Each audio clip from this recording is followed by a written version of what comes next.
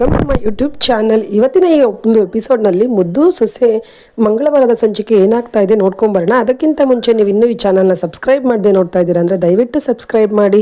ನೀವು ಸಬ್ಸ್ಕ್ರೈಬ್ ಮಾಡೋದ್ರಿಂದ ನಾನು ಹಾಕೋ ಪ್ರತಿಯೊಂದು ವೀಡಿಯೋಸ್ ಕೂಡ ನಿಮಗೆ ಮೊದಲು ಬರುತ್ತೆ, ನೋಟಿಫಿಕೇಷನ್ ಬರುತ್ತೆ, ಹಂಗೆ ನೀವೇ ಫಸ್ಟ್ ವಾಚ್ ಮಾಡ್ಬೋದು.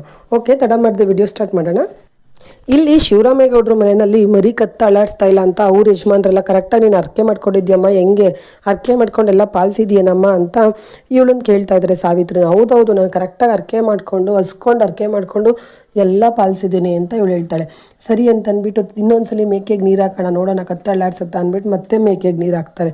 ಆದರೂ ಕೂಡ ಅದು ಅಳ್ಳಾಡ್ಸೋದೇ ಇಲ್ಲ ಕತ್ತನ್ನ. ಅದನ್ನು ನೋಡ್ಕೊಂಬಂದಂಥ ಕ್ವಾಟ್ಲೆ ಇಲ್ಲಿ ವಿದ್ಯಾ ಹತ್ರ ಹೇಳ್ತಾ ಇದ್ದಾನೆ, ಅಕ್ಕ ನೋಡಿ, ನಾನು ದೇವರು ನಮಗೆ ಒಳ್ಳೇದು ಮಾಡೇ ಮಾಡ್ತಾನೆ. ಬೇರೆಯವ್ರ ಜನಗಳು ಕೆಟ್ಟೋದು ಮಾಡ್ಬೋದು, ಆದರೆ ದೇವರು ಒಳ್ಳೇದು ಮಾಡೇ ಮಾಡ್ತಾನೆ.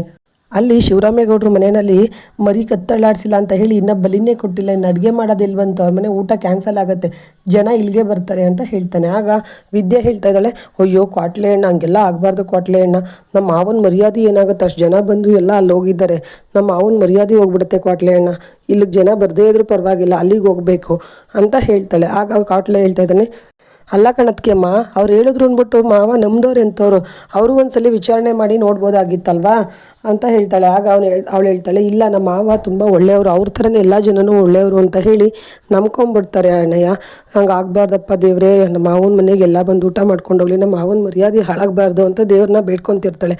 ಅಷ್ಟರಲ್ಲಿ ಜನಗಳು ಇವ್ರ ಕಡೆ ಇದ್ರ ಹತ್ರ ಬರ್ತಾರೆ. ಅದನ್ನು ನೋಡಿದಂಥ ಕ್ವಾಟ್ಲೆ, ನೋಡೋದಕ್ಕೆಮ್ಮ ಎಲ್ಲ ಇಲ್ಲೇ ಬರ್ತಾ ಇದ್ದಾರೆ ಊಟಕ್ಕೆ ಜನಗಳು ಅಂತ ಹೇಳ್ತಾ ಇದ್ದಾನೆ. ಅವ್ರು ಬಂದವರು ಬಾಡೂಟ ಇಲ್ಲೇನಪ್ಪ ಮಾಡಿಸಿರೋದು ಅಂತಾರೆ. ಇಲ್ಲ ಇಲ್ಲಿ ಮುಯ್ಯೂಟ ಅಂತಾರೆ.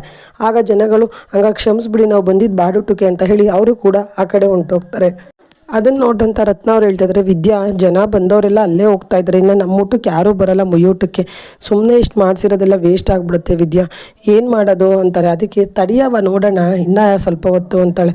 ಆಗ ಅಜ್ಜಮ್ಮ ಹೇಳ್ತಿದ್ದಾರೆ, ಇಲ್ಲ ವಿದ್ಯಾ, ಬಂದಿದ್ದ ಜನ ಎಲ್ಲ ಅಲ್ಲೇ ಬಂದು ಹೋಗ್ತಾ ಇದ್ದಾರೆ, ಊಟ ಎಲ್ಲ ವೇಸ್ಟ್ ಆಗುತ್ತೆ, ಎಲ್ಲಿ ಸುರಿಯೋದು, ಇಷ್ಟೆಲ್ಲ ಮಾಡಿಬಿಟ್ಟಿದ್ದೀವಿ ಅಂತ ಹೇಳ್ತಾರೆ. ಆಗ ವಿದ್ಯೆ ಹೇಳ್ತಿದ್ದಾಳೆ, ಏನಕ್ಕೆ ವೇಸ್ಟ್ ಮಾಡೋದು, ಊಟದ ಬಗ್ಗೆ ತಲೆ ಕೆಡಿಸ್ಕೊಂಬೇಡಿ, ನಮ್ಮೂರ ಹತ್ರ ದೇವಲಾಪುರದಲ್ಲಿ ಅನಾಥಾಶ್ರಮ, ರುದ್ರಾಶ್ರಮ ಎಲ್ಲ ಇದೆ, ಅಲ್ಲಿಗೆ ಕೊಟ್ಟರೆ ನಮಗೆ ಎಲ್ಲ ಪಾಪ ಪುಣ್ಯ ಎಲ್ಲ ಪುಣ್ಯ ಪ್ರಾಪ್ತಿ ಆಗುತ್ತೆ ನಮಗೆ, ನಾವಲ್ಲೆಲ್ಲ ಕೊಟ್ಬಿಡೋಣ ಅಂತ ಹೇಳ್ತಾರೆ.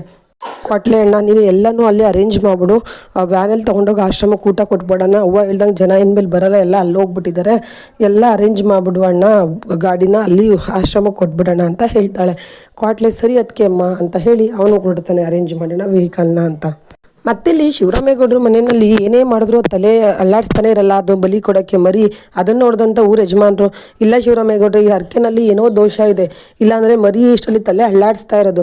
ಇವಾಗ ನಾವು ಎಷ್ಟೇ ದೊಡ್ಡವರಾದರೂ ಎಷ್ಟೇ ಶ್ರೀಮಂತರಾದರೂ ದೇವ್ರ ಮುಂದೆ ತಲೆ ಬಾಗಲೇಬೇಕಾಗತ್ತೆ, ದೇವ್ರ ವಿರುದ್ಧವಾಗಿ ನಾವು ಹೋಗೋದಕ್ಕಾಗೋದೇ ಇಲ್ಲ, ಏನು ಮಾಡೋಕ್ಕಾಗತ್ತೆ. ನನಗನ್ಸುತ್ತೆ ಹೆಂಗಿದ್ರು ಬರೋ 6 ತಿಂಗಳಾದಮೇಲೆ ಜಾತ್ರೆ ಮಾಡ್ತೀವಿ, ಜಾತ್ರೆನಲ್ಲಿ ದೇವ್ರ ಅನುಮತಿ ಕೇಳಿ ಆಗಲೇಬೇಕಾದ್ರೆ ನಾವು ಮರಿ ಹೊಡಿಬೋದು, ಈಗ ಬೇಕಾದ್ರೆ ಈ ಮರಿನ ದೇವ್ರ ಹೆಸರು ಹೇಳಿ ಬಿಟ್ಬಿಟ್ರೆ ಒಳ್ಳೇದು ಅಂತ ಅನ್ಸುತ್ತೆ ಅಂತ ಊರ ಯಜಮಾನ್ರೆಲ್ಲ ಹೇಳ್ತಿದ್ದಾರೆ. ಅದನ್ನು ಕೇಳಿದಂಥ ಶಿವರಾಮೇಗೌಡರು, ಪುರೋಹಿತ್ರ ಏನು ಮಾಡೋದು ಅಂತ ಪೂಜಾರಪ್ಪನ ಕೇಳ್ತಾನೆ. ಪೂಜಾರಪ್ಪ, ನನಗೂ ಏನೋ ಅದೇ ಸರಿ ಅನಿಸ್ತಾ ಇದೆ, ದೇವ್ರ ವಿರುದ್ಧವಾಗಿ ಹೋಗೋದು ಬೇಡ, ಇನ್ನು 6 ತಿಂಗಳಲ್ವಾ ಮಾಡೋಣ ಅಂತ ಹೇಳ್ತಾರೆ. ಆಗ ಅವ್ನು ಶಿವರಾಮೇಗೌಡರು, ಸರಿ ಆಯಿತು, ಮರಿನ ತೊಗೊಂಡು ನಡೀರಿ ಅಂತ ಹೇಳ್ತಾರೆ. ಆಗ ಊರ ಜನ ಎಲ್ಲ, ಅಯ್ಯೋ ನಾವು ಟ್ರ್ಯಾಕ್ಟ್ರ್ ಬೇರೆ ದುಡ್ಡು ಕೊಟ್ಕೊಂಡು ಮಾಡ್ಕೊಂಡು ಬಂದ್ವಿ ಬಾಡೂಟ ಅಂದ್ಬಿಟ್ಟು, ಇಲ್ಲಿ ನೋಡಿದ್ರೆ ಬಾಡೂಟನೂ ಇಲ್ಲ ಏನೂ ಇಲ್ಲ, ಹೊಟ್ಟೆಗೆ ತಣ್ಣೀರು ಬಟ್ಟೆ ಅನ್ಸುತ್ತೆ ಅಂತ ಹೇಳಿ ಜನಗಳೆಲ್ಲ ಮಾತಾಡ್ತಿದ್ದಾರೆ. ಅದಾದ ನಂತರ ಶಿವರಾಮೇಗೌಡರು ಹೇಳ್ತಾ ಇದ್ದಾರೆ, ಸಾವಿತ್ರಿ ನೀನು ಅರ್ಕೆ ಮಾಡ್ಕೊಂಡಿದ್ದು ನಿಜಾನ ಹೇಳಿ ಈಗಲಾದ್ರೂ ಅಂತ ಹೇಳ್ತಾರೆ. ಆಗ ಸಾವಿತ್ರಿ, ಹೂನಣ್ಣ, ನಾನು ದೇವ್ರ ಹತ್ರ ನಿಂತ್ಕೊಂಡು ಸುಳ್ಳು ಹೇಳ್ತೀನಿ, ನಾನು ನಿಜವಾಗ್ಲೂ ಅರ್ಕೆ ಮಾಡ್ಕೊಂಡೆ, ಆ ಮರಿ ತಲೆ ಅಲ್ಲಾಡಿಸಿಲ್ಲ ಅಂದರೆ ನಾನೇನು ಮಾಡೋಕ್ಕಾಗುತ್ತೆ ಅಂತ ಹೇಳ್ತಾಳೆ.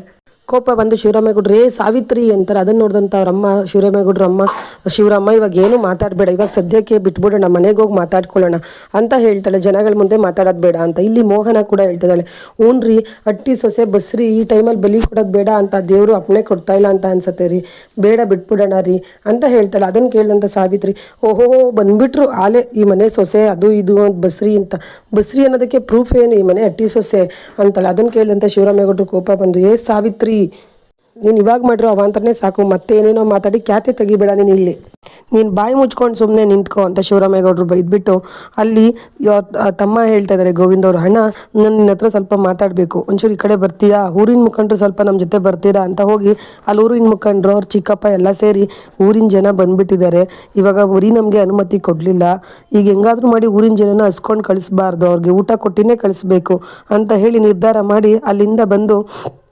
ಜನಗಳಿಗೆ ಶಿವರಾಮೇಗೌಡರು ಕೈ ಮುಗಿದು ಹೇಳ್ತಾ ಇದ್ದಾರೆ, ನೋಡಿ ಹಿಂಗೆ ನಾವು ಮರಿ ಬಾಡೂಟ ಹಾಕ್ಸ್ಬೇಕು ಅಂದ್ಕೊಂಡೆ ಬಂದ್ವಿ, ಮರಿ ಥರ ಅನುಮತಿ ಕೊಡಲಿಲ್ಲ, ಅದಕ್ಕೆ ವಿರುದ್ಧವಾಗಿ ನಾವು ನಡೆಯೋಕ್ಕಾಗಲ್ಲ, ನನ್ನನ್ನು ಕ್ಷಮಿಸ್ಬಿಡಿ, ಆದರೆ ನೀವು ಬಂದಿದ್ದೀರಾ ಹಸ್ಕೊಂಡು ಹೋಗಬೇಡಿ, ಹಾಗೆ ಊಟ ಮಾಡ್ಕೊಂಡು ಹೋಗಿ, ಊಟದ ವ್ಯವಸ್ಥೆ ಮಾಡಿದ್ದೀನಿ ಅಂತ ಹೇಳಿ ಶಿವರಾಮೇಗೌಡರು ಅಲ್ಲಿಂದ ಕೈ ಮುಗಿದು ಹೊರಡ್ಬೇಕಾದ್ರೆ ಅವ್ರು ಚಿಕ್ಕಪ್ಪ ನಡಿಯಪ್ಪ ಅಟ್ಟಿಗೆ ಹೋಗೋಣ, ಅಟ್ಟಿಗೆ ಹೋಗ್ಬಿಟ್ಟು ಹೋಗಿವಂತೆ ನಡಿ, ಅಟ್ಟಿನಲ್ಲಿ ಎಲ್ಲ ಮಾತಾಡ್ಕೊಂಡು ಹೋಗೋಣ ಅಂತ ಹೇಳಿ ಅವ್ರ ಊರಲ್ಲಿರೋ ಅಂಥ ಮನೆಗೆ ಕರ್ಕೊಂಡು ಹೋಗ್ತಾರೆ.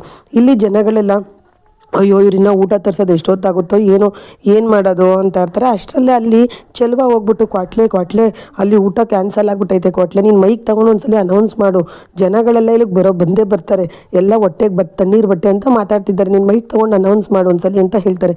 ಸರಿ ನೀವು ಹೇಳೋದು ಕರೆಕ್ಟೇ, ನಾವು ಯೂಟ್ಯೂಬ್ಗೆ ಹಾಕಿರೋ ದುಡ್ಡಾರ ಬರುತ್ತೆ ಅಂತ ಹೇಳಿ ಇವರು ಇಲ್ಲಿ ಅನೌನ್ಸ್ ಮಾಡ್ತಾನೆ.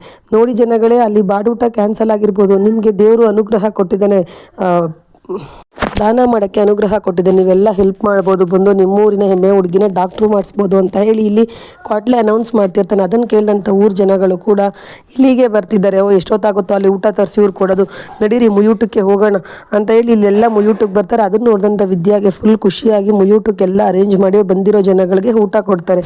ಬಂದಿರೋ ಜನಗಳು ಕೂಡ ಅಯ್ಯೋ ಇದೇ ಬಾಡೂಟ, ಇದೇ ನಲ್ಲಿ ಮೂಳೆ ಅಂದ್ಕೊಂಡು ಇಲ್ಲಿರೋ ಅಂಥ ನುಗ್ಗೆಕಾಯಿನೇ ತಿಂದೋಗೋಣ ಬನ್ನಿ ಅಂತ ಹೇಳಿ ಎಲ್ಲ ಊಟ ಮಾಡಿಕೊಂಡು ಇಲ್ಲಿ ದುಡ್ಡು ಇಕ್ಬಿಟ್ಟು ಹೋಗ್ತಾ ಇದ್ದಾರೆ. ಮತ್ತೆ ಇಲ್ಲಿ ಶಿವರಾಮೇಗೌಡರು ಹೆಂಡ್ತಿ ಮತ್ತು ಚಂಪಾ ಇಬ್ಬರು ಮಾತಾಡ್ಕೊಂಡು ಕೂತಿರ್ತಾರೆ, ಏನು ಈ ಊರಲ್ಲಿ ಇಷ್ಟು ಬಿಸಿಲು ಅಂತ. ಅಲ್ಲಿಗೆ ಅಜ್ಜಿ ಬಂದು ಶಿವರಾಮೇಗೌಡರು ಅಮ್ಮ ಬಂದು, ಏನ್ರಿ ಹಿಂಗೆ ಕೂತಿದ್ದೀರಾ, ಇಲ್ಲಿ ಇನ್ನೂ ಎಷ್ಟೊತ್ತಾಗುತ್ತೋ ಏನೋ, ನಡೀರಿ ಅಲ್ಲಿ ಮುಯೂಟ ಮುಗ್ದೋಗುತ್ತೋ ಏನೋ, ಮುಯೂಟ ಇನ್ನೂ ಇದ್ರೆ ಹೋಗಿ ಊಟ ಮಾಡಿಕೊಂಡು ವಿದ್ಯಂಗೆ ಸಹಾಯ ಮಾಡಿಬಿಟ್ಟು ಬರೋಣ ಅಂತ ಹೇಳ್ತಾರೆ. ಅದಕ್ಕೆ ಮೋಹನ ಹೇಳ್ತಾ ಇದ್ದಾಳೆ, ಇಲ್ಲ ಅಯ್ಯೋ ನೀವೇನು ಹೇಳ್ತಾ ಇದ್ದೀರಾ, ಅದು ನಿಮ್ಮ ಮಗಂಗೆ ಗೊತ್ತಾದ್ರೆ ನಮ್ಮನ್ನು ಸುಮ್ಮನೆ ಬಿಡ್ತಾರಾ ಅಂತ ಹೇಳ್ತಾಳೆ. ಅದಕ್ಕೆ ಅಜ್ಜಿ ಹೇಳ್ತಿದ್ದಾರೆ, ನಾನು ಹೇಳ್ತಾ ಇದ್ದೀನಿ ಅವ್ರ ತಾಯಿ ಅವನೇನೂ ಮಾಡಲ್ಲ, ಅವರು ಇಲ್ಲಿಂದ ಹಿಡಿದು ಡಿಲ್ಲಿ ತನಕ ರಾಜಕೀಯ ವಿಷಯ ಮಾತಾಡೋದ್ರಲ್ಲಿ ಮುಳುಗೋಗ್ಬಿಟ್ಟಿದ್ದಾರೆ, ಅವರು ಮಾತು ಮುಗಿಸೋಷ್ಟೊಳಗೆ ನಾವು ಹೋಗಿ ವಿದ್ಯಂಗೆ ಸಹಾಯ ಮಾಡ್ಬಿಟ್ಟು ಬಂದ್ಬಿಡೋಣ ಅಂತ ಹೇಳ್ತಾರೆ. ಅದಕ್ಕೆ ಮೋಹನ, ನನಗೂ ಏನೋ ಸಹಾಯ ಮಾಡಬೇಕು ಅನ್ನೋ ಆಸೆ ಇದೆ ಅತ್ತೆ, ಆದರೆ ನಿಮ್ಮ ಮಗಂದೇ ಭಯ ಅಂತ ಹೇಳ್ತಾಳೆ.